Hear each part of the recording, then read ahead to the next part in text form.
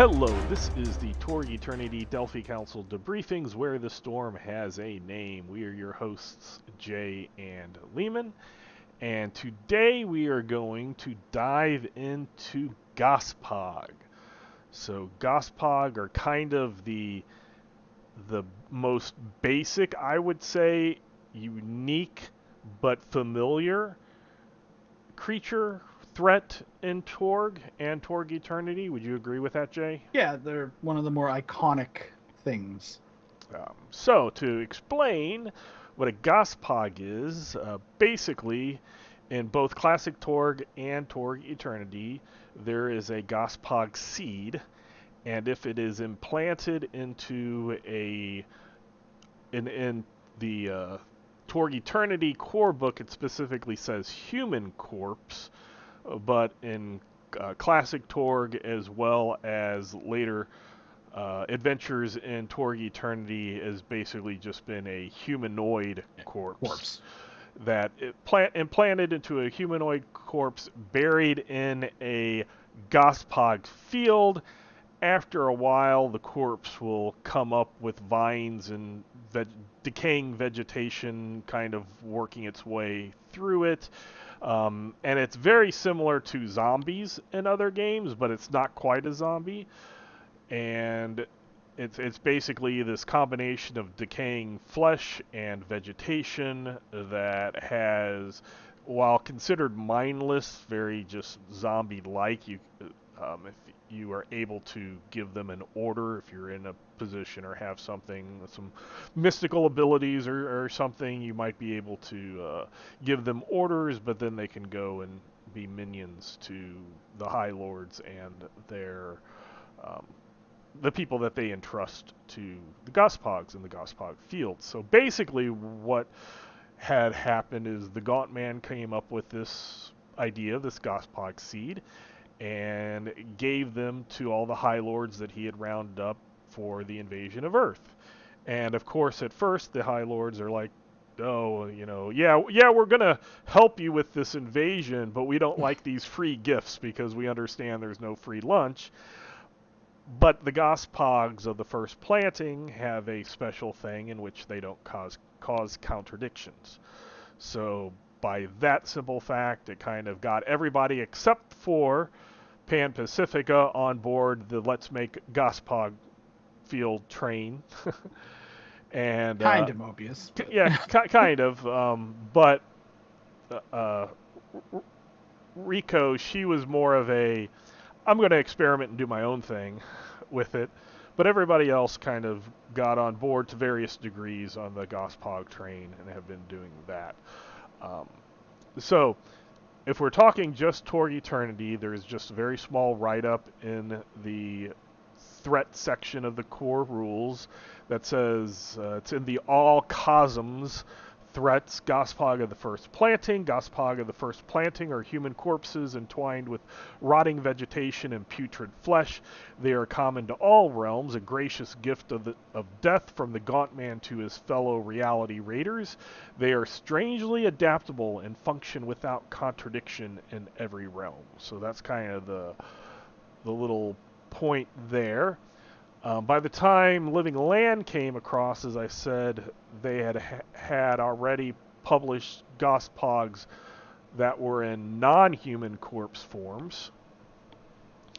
But the Gospog of the Living Land specify also that a Gospog field in a mixed zone only ever produces Gospog of the first planting. Each successive planting takes more time, yields only a small fraction of the Gospog, but you need to be in a dominant or pure zone to get higher levels of plantings, which are the second through the fifth planting. And basically, in original Torg, there was a nice chart about the Gospogs where if you like a normal field of first planting could produce 10,000 Gospog, and then you would plant a next generation in that same field, but it would only be able to produce 1,000 Gospog of the second plantings, you plant again after that harvest a new planting. The third planting would be 100, the fourth planting would be 10, and the fifth planting would be 1. And the first one could be done in a week, and then 3 weeks for the second, 5, 7, and 11 weeks it would take further. And those might be off for Torg Eternity, but the general idea is the same, where each yield Yeah. will produce lesser and lesser Gospog, but they will be more powerful each planting. Yeah, they were kind of vague about it in the core book. There is a section where, in the Auror section in the core book, where it talks, they do require fields of 10,000 bodies Mm-hmm. in the first place. So each body needs a seed. And I guess the idea is it just requires such a concentration of negative, necromantic, or void, or what have you, Right. sort of energy. And then once it's fully reaped of its initial harvest, it becomes make it like it all turns into potent mulch Uh-huh. essentially for the future ones. And as of like the core book, which I think is 90 days, the second plantings are starting to appear. Mm-hmm. And then when you see the source books, they will have in their timelines when the third and fourth plantings start showing up. Right, because And I, it's not always like boom, the planting finished. yeah, The next planting starts. There's some logistics and yeah, stuff. like not every field was planted at the same time, too, Right, right? right. Yeah. And there's been cases where um, even officially like Stormbreak took out a Gospog field. So then Yeah. that one's not ready for, it's not going to have a future planting. Yeah, you salt the earth and And that. So the Gospog are interesting. Each of the core the core source books have their own second through they you don't need to repeat the first because the first are pretty much the same everywhere, but the second through fifth are going to be individual in each of the source books for the various realities are going to have their 1 through 5 Gospog plantings, and they're going to be a little bit different and from each other. One of the things that I thought was a little interesting in classic Torg about the Gospogs is their thing was for the higher or even the Gospog of any planting was that it was considered almost like a mixed reality in itself. So if you Mhm. planted a seed within um, in say the living land, you're going to get a Gospog who can do anything that Core Earth can do, because that is the reality that was suppressed, as well as anything that living land, tech-wise or whatever, a Gospog could do. That it could do both things without causing contradictions. If that Gospog though went to the cyber papacy, then it couldn't do cyber papal stuff. Yeah. So that's where it's a little bit different. After the initial first planning Gospog in Torg Eternity, which says they function the same in any reality. It is worth noting, though, that even though the first planting Gospog are kind of mindless, zombies that can't really, they're not going to be hacking the system or anything. Right. You can put armor on them and like they can use it, right? So they don't Yes. cause contradictions. You could give them brass knuckles, that sort of stuff. So you can upgrade them, but because there's such a like tens of thousands at a time kind of mass troop, that probably won't be Right. unless you have some like specific villain upgrading them or something, Right. especially an Isle. Right. So the first planning Gospog in Torg Eternity can go anywhere, not cause contradictions. That's the cool thing. So Mobius could send his Gospog over to the Cyber Papacy and cause some trouble, and they'll work just Mhm. fine there. Like Jay said, yes, you can upgrade them, but are you going to upgrade 10,000 disposable troops unless there's that specific reason?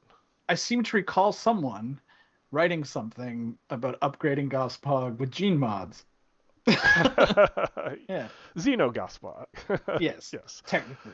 Because that was something that I knew when we were doing Pan Pacifica. I knew that was going to be a question that people asked. You know, hey, what about if this person had gene mods and then they got a Gospog seed stuck in them, what would would the gene mods be there? So I wrote, I was like, well, I'll answer that question, and if it gets approved, then we'll have an official answer, and it got approved and is in the book. So Well, that brings us to the next question then. If someone with cyberware gets turned into a Gospog, do they still have it? I would say sure. Why not? It's not sanctioned anymore, I guess. Right. But Or the Godnet's having a fit.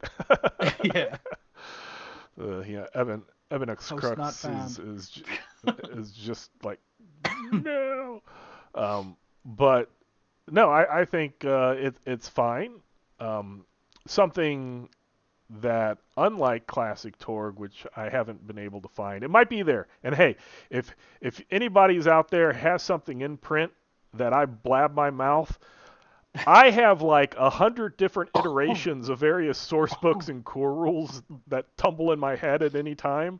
So if you have something that's published and printed and can give me a page number, I am not above saying you're right and I am wrong at any time. So if I'm wrong in this, correct me.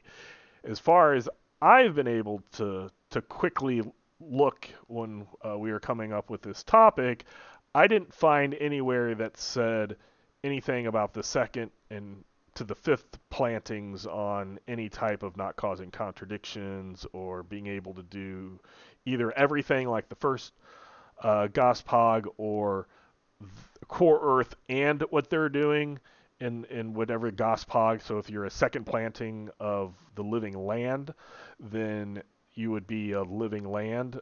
You won't cause contradictions doing living land stuff. I absolutely see that.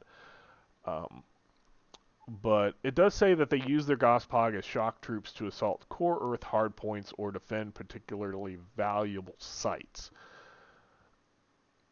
So again, there's lots of little hints, but I don't know of anything that just says, yes, this is what they can do. So I would say at the least, they're able to go into core Earth and cause some contradictions there and whatever their own reality is. But I think that's the thing that gives, even though they're the weakest, the first planning Gospog have that one edge of, since they haven't necessarily been planted in a place like a pure or dominant zone, they can be in the mixed zones that whatever the seed is there and does it with the seed, then they're just can do anything that they can do. Of course, there are things that they can't do, but they basically are not contradictory, which is pretty unique in Torg Eternity of just a not contradictory. They don't really do anything that would be contradictory on their own is the thing. Like, normally your own fists, and if you bite someone, is not contradictory. So like unarmed attacking is not contradiction anyways. But if someone bolted something to them, or I don't know, they had a weapon, then that would be contradictory. Mm-hmm. Then it would be a big deal. But so that gives you some options. Right. So, but for those upgrades, so if we're thinking about and looking at those upgrades, because they do get melee weapons. Yeah, I guess if they have melee, they can carry swords. So an Isle. And if you're as a GM, short you can sword and electric feel free katana to give them missile weapons or whatever too. I mean, I wouldn't give them computers. But... 10,000 Gospogs typing which one. When do they get Shakespeare type thing. But no, I think they are somewhat interesting. Jay and I were talking about, yes, they are they are meant to be in their base form quite disposable.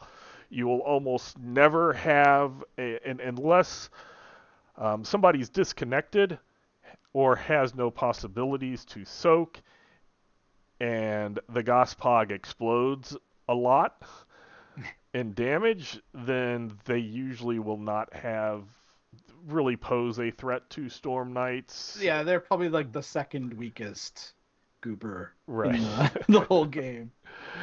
And so They do ignore shock, which Yeah. is why they're the second, because shock troopers take shock. Oh, I see. I actually put shock troopers better than Oh, them do because you? they have Because a they could ranged range attack. weapon. I Yeah. say lurks are the Okay. weakest. Yeah. Lurks. True. But both of those can take shock, It's true, yeah. and get taken out of a fight with shock, where the Gospogs don't take shock. So you still want to be able to wound them. Um, but they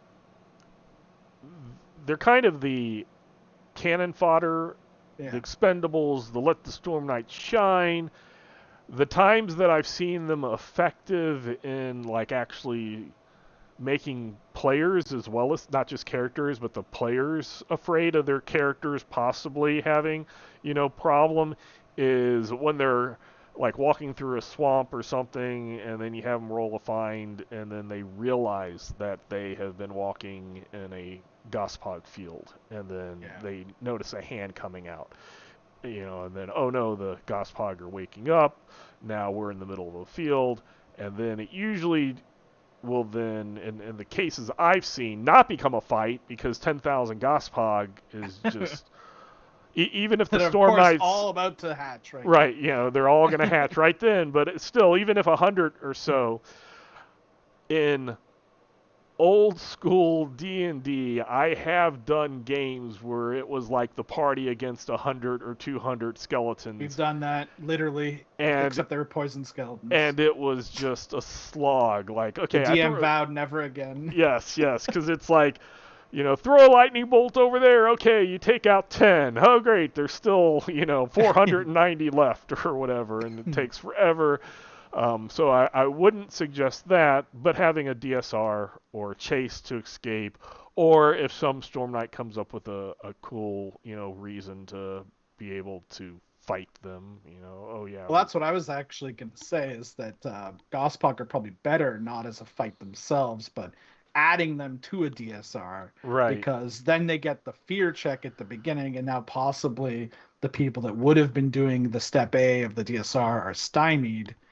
So it makes it a little bit tougher. So that's where you get your actual player fear, not from the Gospog actually hurting you, but from making you fail the steps. Right, and I will point out that too. Gospog have fear, so Mm-hmm. that is another thing. Don't forget that, game masters. If you at the beginning of your fight, if they're experiencing a Gospog comes in, then the Storm Knights are going to have to test that willpower. I eventually copied Rod did something into organized play, like because everyone was using Rule 20 and there's tokens for them, was to give them the yellow highlight, like the aura, as a reminder, hey, you need to do a fear check. Right. So like any of that or dragons or what have you would have those as a reminder when you add them to the board. Oh yes, that's why it's yellow. I gotta do that. Yes. Because I missed so many fear checks. Oh yeah, I'm the and same you realize way. like on turn 3 of the fight, like, oh yeah, I forgot. Yeah, so game masters, that's a hot tip. if you have a VTT that allows you to tint a color and then take away that tint, I highly suggest that. When I did it on Roll20, I did the same thing after seeing Rod do it, and then in Foundry, you're able to do that as well, and I've done that with Fear. At the table, I kind of put sticky notes, above a fight or something, but always finding a way to remember that however you can, because all the attributes, the movement, the damage and stuff is usually above that fear ability. So you kind of read all of that stuff and you're going through it, and then later you look down at like, oh, what are the special abilities? And if you don't catch that first, that is kind of it. You forget, and it's nobody's fault. It happens. It happened to me a ton of times. That is one of the things in the threat book we are trying to look at. I can go ahead and say that is like the things that start at the beginning of combat, like fear. We are putting in a place that hopefully will be easier to see, and kind of say move that up to the the top area as at the start of combat. Boom! Here's some things that happen. It's something that we were trying to make a little bit easier to use. Especially if it's only something that happens once, Mm-hmm. like at the beginning of combat, and that's it. I've lost my page where I had my Gospog stuff. Oh, there it is. I just wanted to check something. Continue. Sure. So as the Gospog, yes, I like that idea of let's have the Storm Knights start a DSR, and then a bunch of Gospog come in, and it could be as a wave after wave, like every round X mini come in to fill in whatever Gospog have been taken out between the rounds, kind of add that pressure onto the DSR. I'm a big proponent of not having DSRs in isolation unless there's no other way to make it make sense, because then you do have characters that are waiting around and doing nothing. Yeah. I'm always for a something else happening. That's what's making it dramatic as well as the DSR. So yeah, I like that idea of not even having it necessarily just a boom, Gospog up here, let's have a DSR to get out of it. Like, we have a DSR that we need to finish, and boom, the Gospog up here, and now we got to really do this DSR, otherwise we're going to be overwhelmed. I think that would be really good in Living Land, Aurora, Pan Pacifica, I think, or Pan Pacifica wouldn't, but the Jiangxi would work in that field, which are the Pan Pacifica version of first Gospog. Of the well, the second. Depends on how you defined. Right. Yeah. Right. Second generation.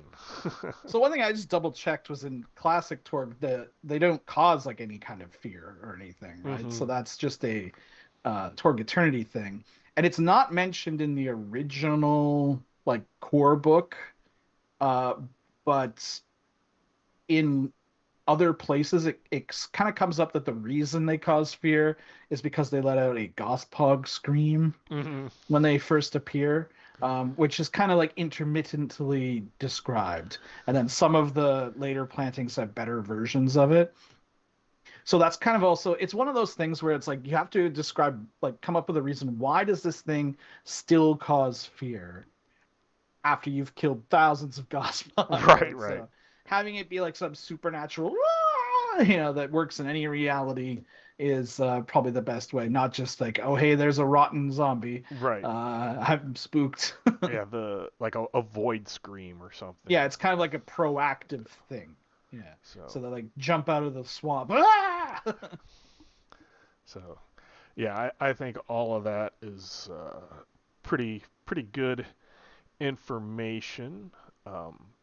So each of the Gospog from the different realities have 4 other plantings, so second, third, fourth, fifth. Again, I'm going to do a little teaser for the threat book.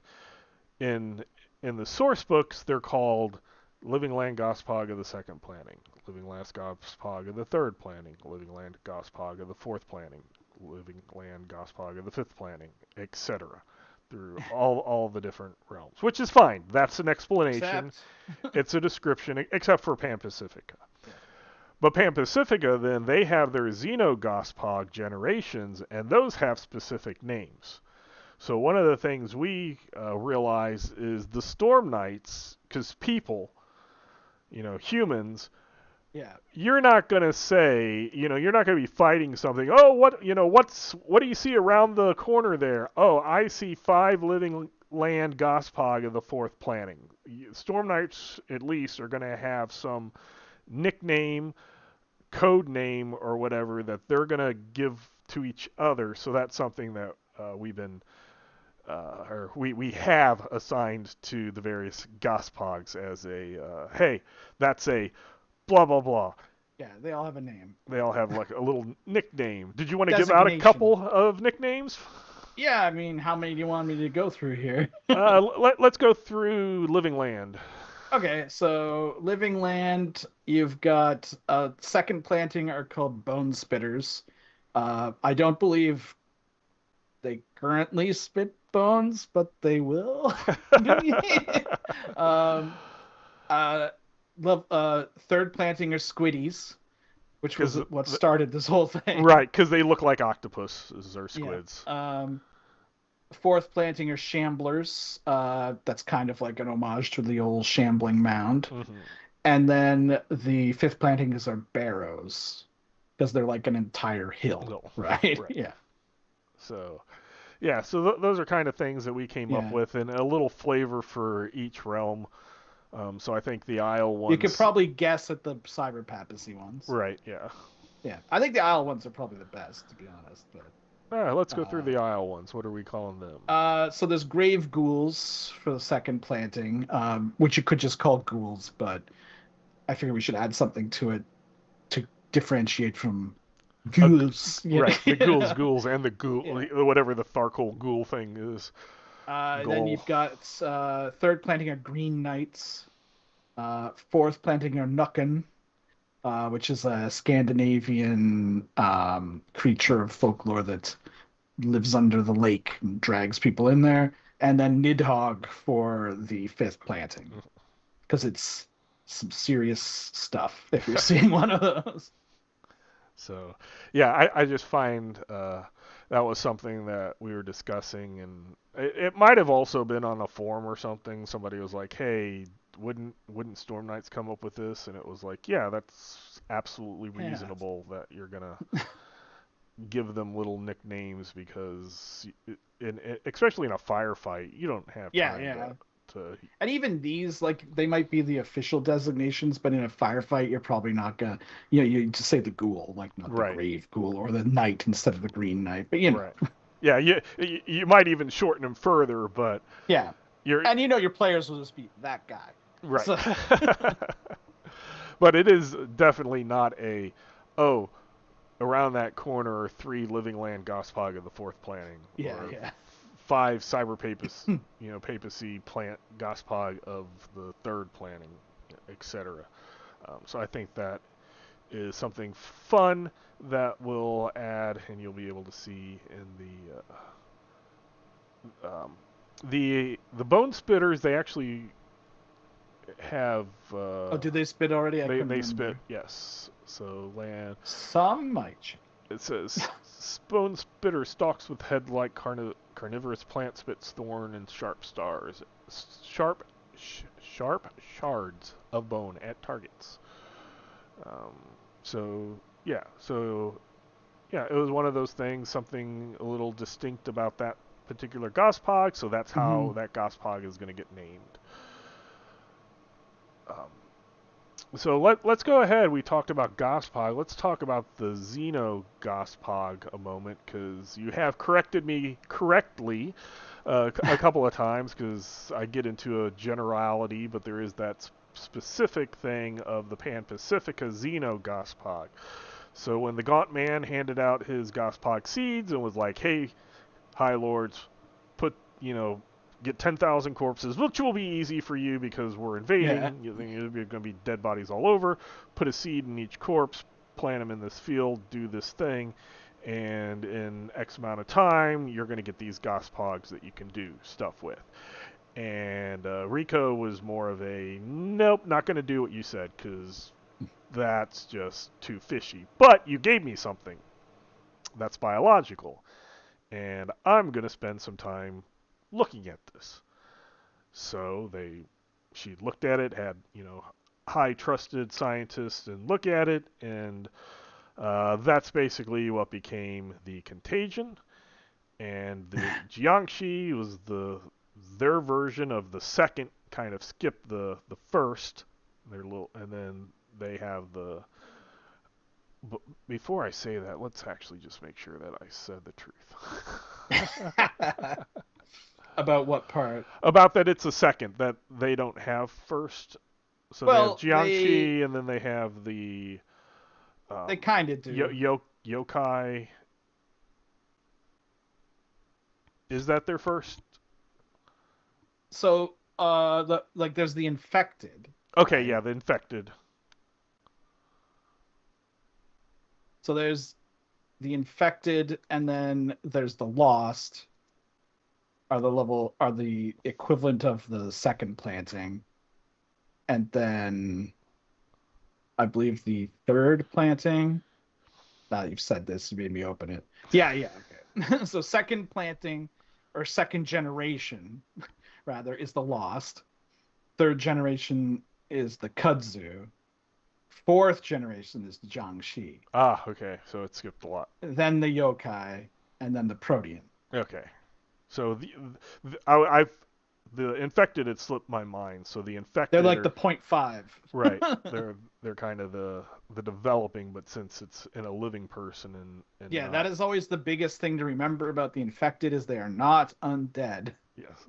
Yeah. Yeah, so that's a different. They're changed because of them being living, and then that's why they're also Xeno. Got the official name is Xeno Gospog. Once the Delphi Council kind of started figuring out and getting some secret Mm-hmm. data and stuff leaks and Yeah, because regular Gospog don't advance into later stages on their own. right. They have to be harvested from a special field, whereas Xenogospog, if a lost kills enough, it starts to turn into a kudzu, Mm-hmm.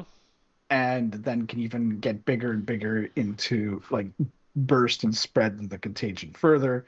And then Jiangxi can just spontaneously turn into yokai. Mm-hmm. So it's a whole other pickle. Right. Right. So it's that experiment that went wrong.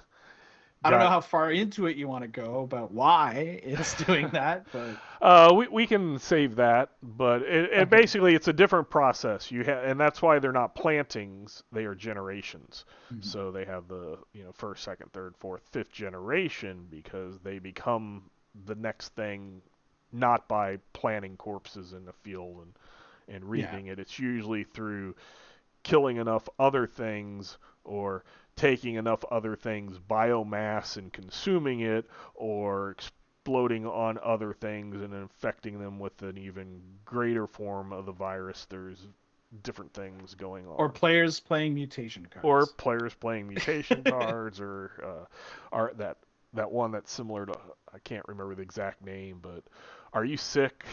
Or Yeah, yeah. that Not card. feeling so well. Yeah, not feeling so well. Um, so yeah, I think all of that is some good information to kind of think about with the Pan Pacific uh, Gospog. So have there been any of the specific realms, any Gospog that stand out to you that you like, you dislike that you used? Well, I have kind of a love-hate relationship with Gospog because I like the concept of Mm-hmm. Gospog, right? I like the idea that they're farming these things and they keep getting more and more powerful. But personally, and this is just my personal opinion, not like anything uh coming up or anything like that, but I personally feel there's not enough power difference between the different plantings of Mm-hmm. gospogs. So to me, your first planting gospogs are fine because oh, and that's the other big question. Gospog or gospogs? I've always did it as Gospog, both singular Yeah, and me too. But then looking through the old revised book, it's constantly gospogs and it uh, threw me. Anyway, so um like I'm fine with the first planting. They're supposed to be kind of your bog standard things to fight. But in my kind of opinion, like the second plantings usually just have one wound. So like maybe they take or some of them don't. Some of them Mhm. are still a dash. Some of them have one wound. So they can be taken out super quick and maybe they do like two more damage or Mhm. something. In my personal opinion, I would have liked to see second planting be more like a boss alpha kind of level, Uh-huh. and then third planting be kind of like a beta threat, and a fourth planting be like a beta boss. Mhm. And then the fifth planting, they talk about them like it's a Boraka or something. They should be in that kind of realm, like which is technically it's weird because a Boraka is a beta. threat, but it's way tougher than any other beta threat. So like I would put like fifth planting up at that level personally, like the step, like the trusted lieutenants before the High Lord kind of thing. But that is not what it is right now, and I have seen many a fourth planting get taken down super quickly, except for the fourth planting Isle one that were the Nukken. That thing just ravaged my group because it attacks from surprise, so it has this extra element, which I found really good. So that one for me has really worked. And there is, that's a spoiler, I guess, but there is a point where the warlords, like the war-themed cyber papacy ones, get unleashed in a crowd in an adventure. And that was a very cool and thematic scene that I really liked. And because they were involved with civilians, it wasn't just like that they could just start lobbing grenades at them or anything. They had to be careful and actually like try to help people. So that made a very nice scene. And I thought that's like a good way of using Gospog, because if you just have them show up in a field and the players can get the guns up, they're not going to last very long. You have to be kind of make more interesting kind of combats with them, because in Torg Eternity they're all mindless for the most part, so they are kind of like just, they could be directed by necromancers or trusted lieutenants of the High Lords, but otherwise they're pretty straightforward. So you kind of want to make an interesting encounter space instead of just a straight up fight, Right. and that's what that did. Yeah, I know which one you're talking about, and that was interesting because also, if players don't know that there's not that huge of a difference between the plantings, and they noticed, okay, they hear the description and they hear, vegetation mixed with corpse, skeleton or zombie or whatever, then they're thinking Gospog if they've played a little bit. And then they're like, oh, these are higher plantings, and then they start getting a little fidgety. But then, as you said, if they're able to take them out, then that goes away. But putting them in a situation where they can do a lot of damage to civilians and infrastructure and stuff like that, my players that went through it, they at first just wanted to get out of there. They had to argue that's not the heroic thing to do. We need to save. So there was even that first of, hey, let's, more difficult than first plantings means we don't want to deal with that right now. Oh, wait, we have to deal with that right now. And again, when you have some people hesitating, some people trying to save civilians, spending the time saving civilians, and then only a limited number fighting against the Gospog, then that makes it, more dramatic and not just a cakewalk type thing as well. And Game Masters, if you ever get to a point where you are like, these aren't feeling where I think they should be, please look at the GM beta primer, see where some of those beta numbers should be, and pop up your Gospogs of various plantings by a few points here and there, give them some more wounds.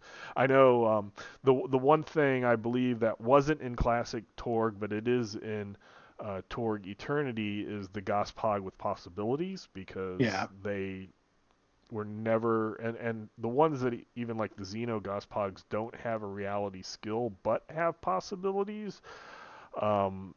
They might not be able to then use it to soak, but they can use it to do an action boost and often the Xenogospog anyway also often have powers. Like the Yokai can heal off spending a possibility, and the Protean can, I think, grow more stuff. Right. So they have things that can offset it.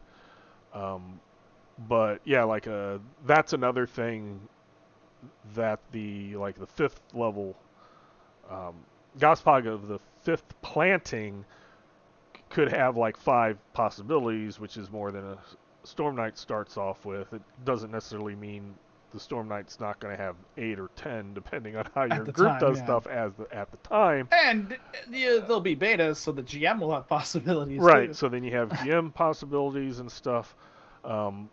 but be sure to use those to give them those bonuses. Unless it's just going to make the fight drag on. Right. Yeah, yeah, Yeah. yeah. There's always that balancing. Is this helping, or is this just prolonging rolling dice for no other Yeah, reason yeah. to roll dice? If there's a reason to roll dice, then add the drama, bump up the Gospog, use their possibilities to on some good hits and stuff like that.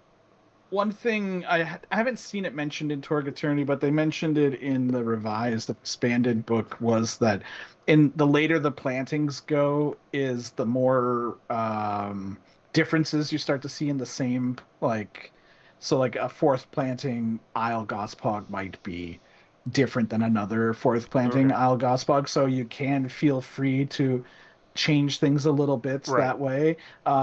In what's it in? It's one of the Pan Pacifica books. There is like threat adjustments, right?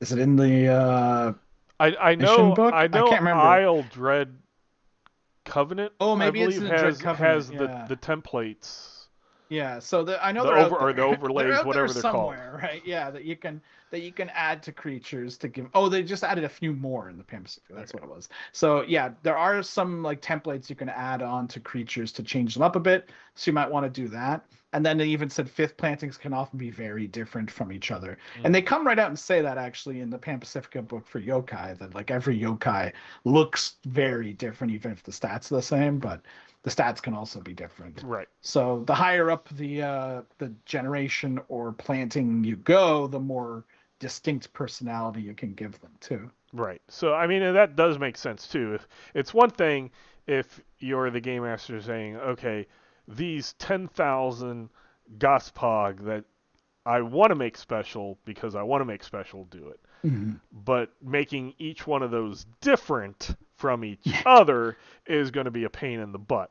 Yeah. But if it's one of those, hey, I'm going to throw 3/4, Gospog of the fourth planting at them, I can add something different to each one of them.